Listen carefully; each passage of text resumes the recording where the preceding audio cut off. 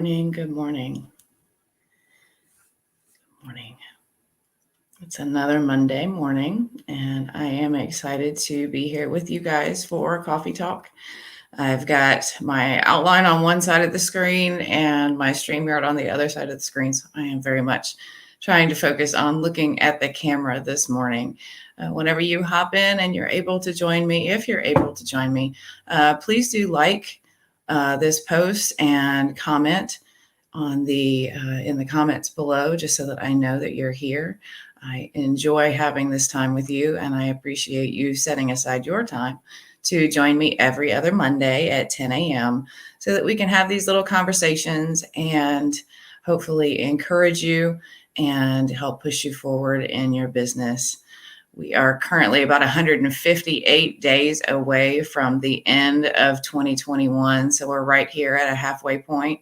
And this is a great time for you to examine your business, where you've come from the beginning of the year, how your goals are lining up with your business plan, and everything else. I am a big proponent of doing everything in smaller steps instead of taking everything one big chunk at a time.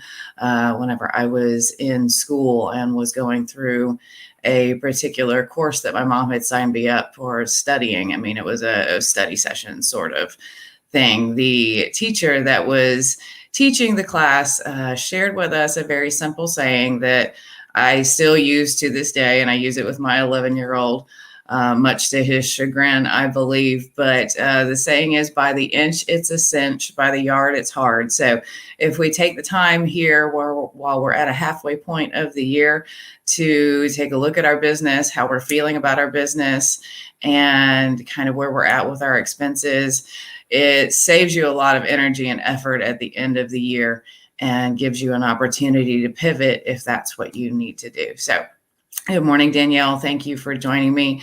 If for some reason you are not able to join us for the live, but you are able to join us for the replay, I would love to see your comments on the information that I'm providing here for you guys this morning. If you've got any questions or any suggestions for any future videos that I do for you guys, then I am happy to hear that information as well. Before you comment, if you are on the live, if you would, click on the link in the post above this video, I guess, that gives StreamYard permission to share your name with me, so that if your comments pop up on the back end during the live video, I will be able to know who I'm talking to and be able to thank you for joining me. So we have given everybody a couple of minutes to join on. I do see that we have a few of you here. Thank you for joining us. Really want to talk with you about your business this morning. Again, we are about 158 days away from the end of the year. So you've got about 6 months to really work on finishing the year strong. And I've got 5 tips for you, 5 easy ways that you can get into your business, work on your business, and be sure that you are in the right place to get the job done and get yourself to where you want to be by the end of the year. So tip number 1 is to check in with yourself and how you're feeling. This kind of builds on the video that I did the last video that I did about your feelings and whether you're facing burnout and how you can help deal with anxiety. I also gave you some tips and some different breathing exercises that you can do to give you more space to check in with those feelings and understand what is going on in your life is affecting your feelings about your business. So I would love to see you guys block off an afternoon or even a whole day, if you have that available to you, to take a break from all the chatter and really sit with yourself and examine and ask yourself how you're feeling about your business and where you're at. That's a very subjective thing. And in a particularly challenging market, you may find that a lot of different feelings come up for you. That's certainly understandable. There's been a lot of stress. There's been a lot of anxiety. I'm sure that there are a number of you that have a rather large pipeline of buyers that are also equally as discouraged by the way the market has worked, at least in their favor. Certainly, if you are primarily a listing agent, the feelings that you have may be the exact opposite. You may be having an easy year with a lot of revenue, and you haven't aside from having to sort through all of the multiple offers you're receiving, you're still, generally speaking, ending up with a very happy customer. So check in with yourself and how you're feeling about your business.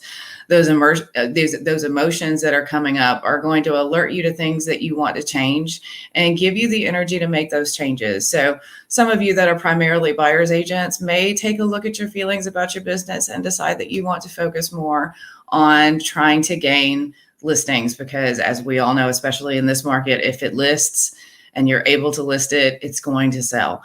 So you've got a whole lot of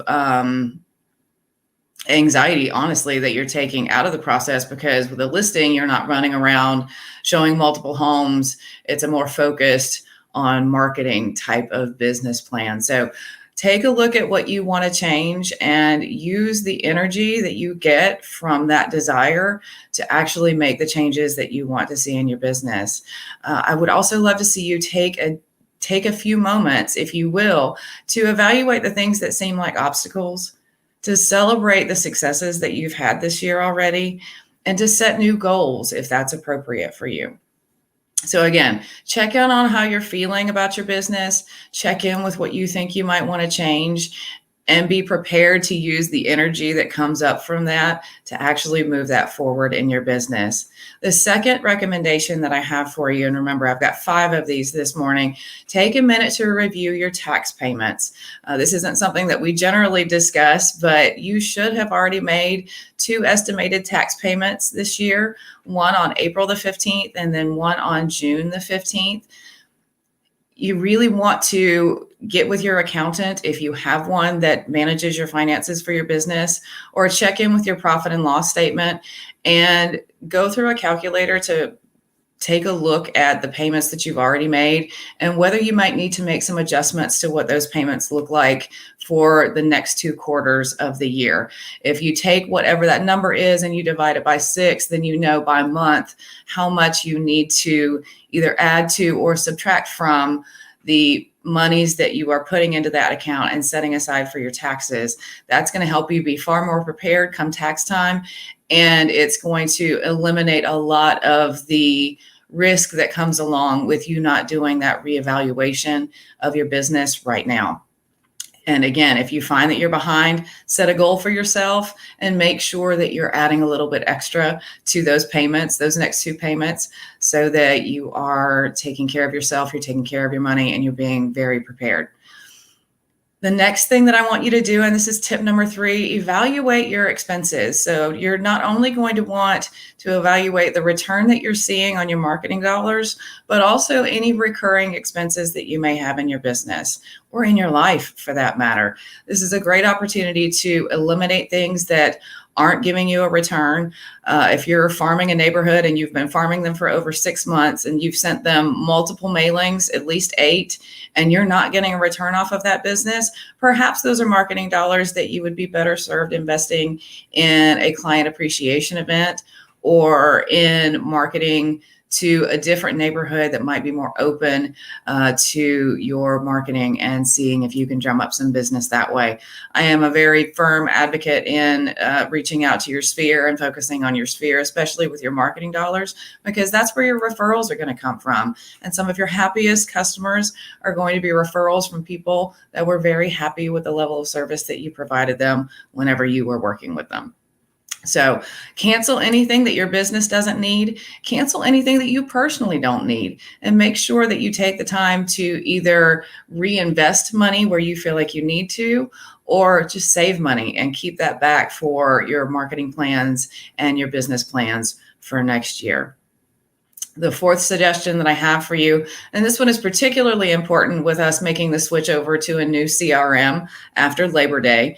We are part of the beta testing group for MoxieWorks that is being released by Realogy for all of the brands as a new CRM that will be replacing Zap. We are going to have Zap through the end of the year, but whenever we move over to Moxie, all of your information from your CRM is going to be moved over to that platform for you.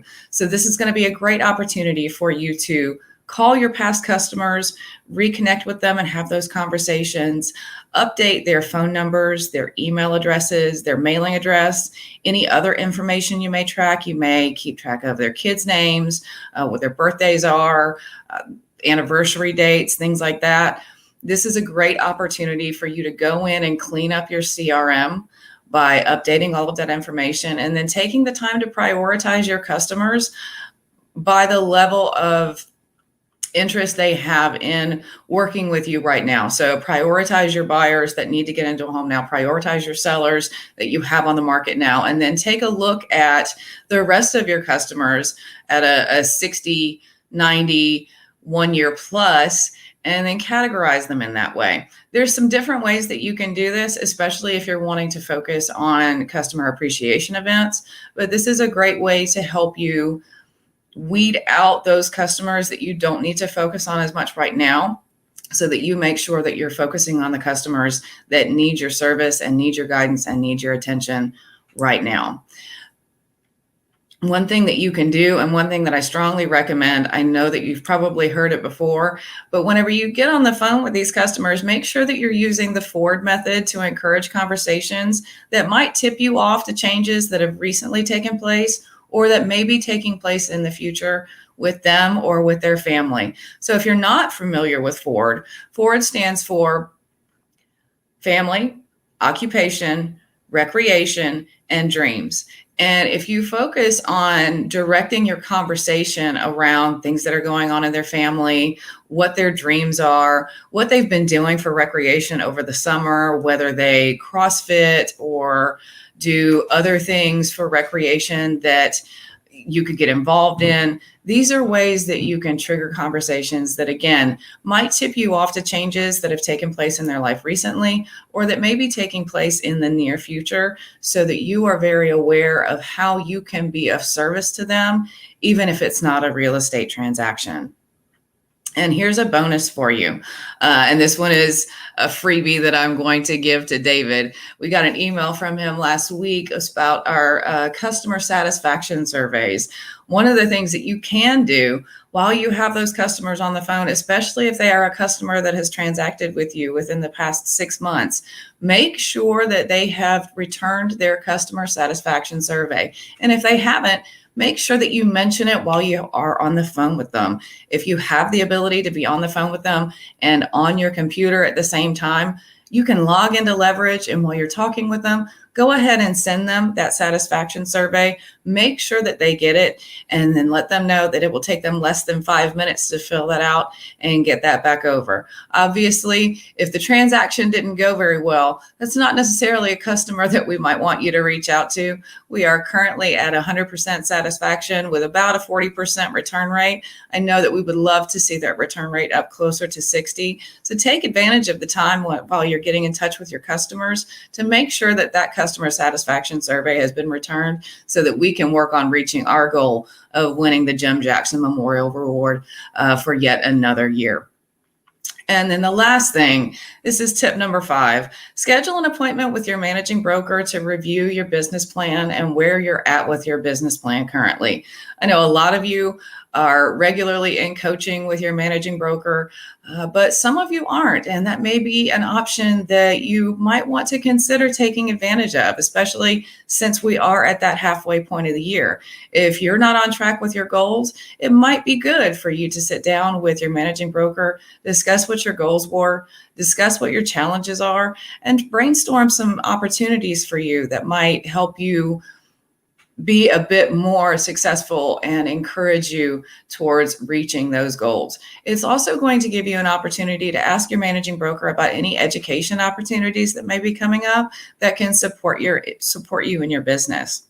And I definitely encourage you to take advantage of coaching if that's not something that you are regularly doing for your business. So 5 tips for today. It's a mid-year cleanup for your business. Check in on how you're feeling, make adjustments as necessary, review your tax payments, make sure that you are prepared come tax time and that you've made all of the estimated payments that you need to make whenever that comes around. Examine your expenses and pivot where you need to. If you're spending marketing dollars that aren't coming back to you in ROI, cut those marketing dollars and invest them in something different that might bring you a return or at least bring you some referrals. Update your CRM. Take a few moments, especially because I know some of you, based on our conversations, are seeing a slight slowdown, especially in the number of buyers that you may be working with. I know Cherokee County teachers are going back to school today. I believe Cobb County teachers are going back to school today. And all of our kids, if they are in the public school system, will be back in school within the next 2 weeks. So you may have seen a bit of a slowdown with your buyers and your sellers as they get prepared for that transition back into the school year. So take the time to evaluate your CRM, update those contacts, and send out any missing customer satisfaction surveys that may be available to you, and then schedule an appointment with your managing broker so that you can review your business plan and get set up for coaching through the rest of the year so that we can make sure that we're doing everything that we can to help you reach your goals. Now, once you've done all of these things, I want you to take a moment and congratulate yourself. It's a lot of work. I'm not going to lie. It's kind of heavy on the admin, but I want you to take the time to recharge, celebrate the success of getting this mid-year cleanup done, and implement any needed changes so that you can finish the year strong. I know I believe in you. I know that Greg and David and Marilyn all believe in you as well. We are all here for you to support you in your business and encourage you in any way that we possibly can. We're also here to help you overcome any obstacles that you may be facing. If I can help you come up with a plan or help you brainstorm any ideas where marketing is concerned, please don't hesitate to reach out for me. I'm absolutely here for you anytime, and I hope that you have a great week. Thank you all for joining me, and I am looking forward to seeing you in person at one of our offices soon. Have a great day.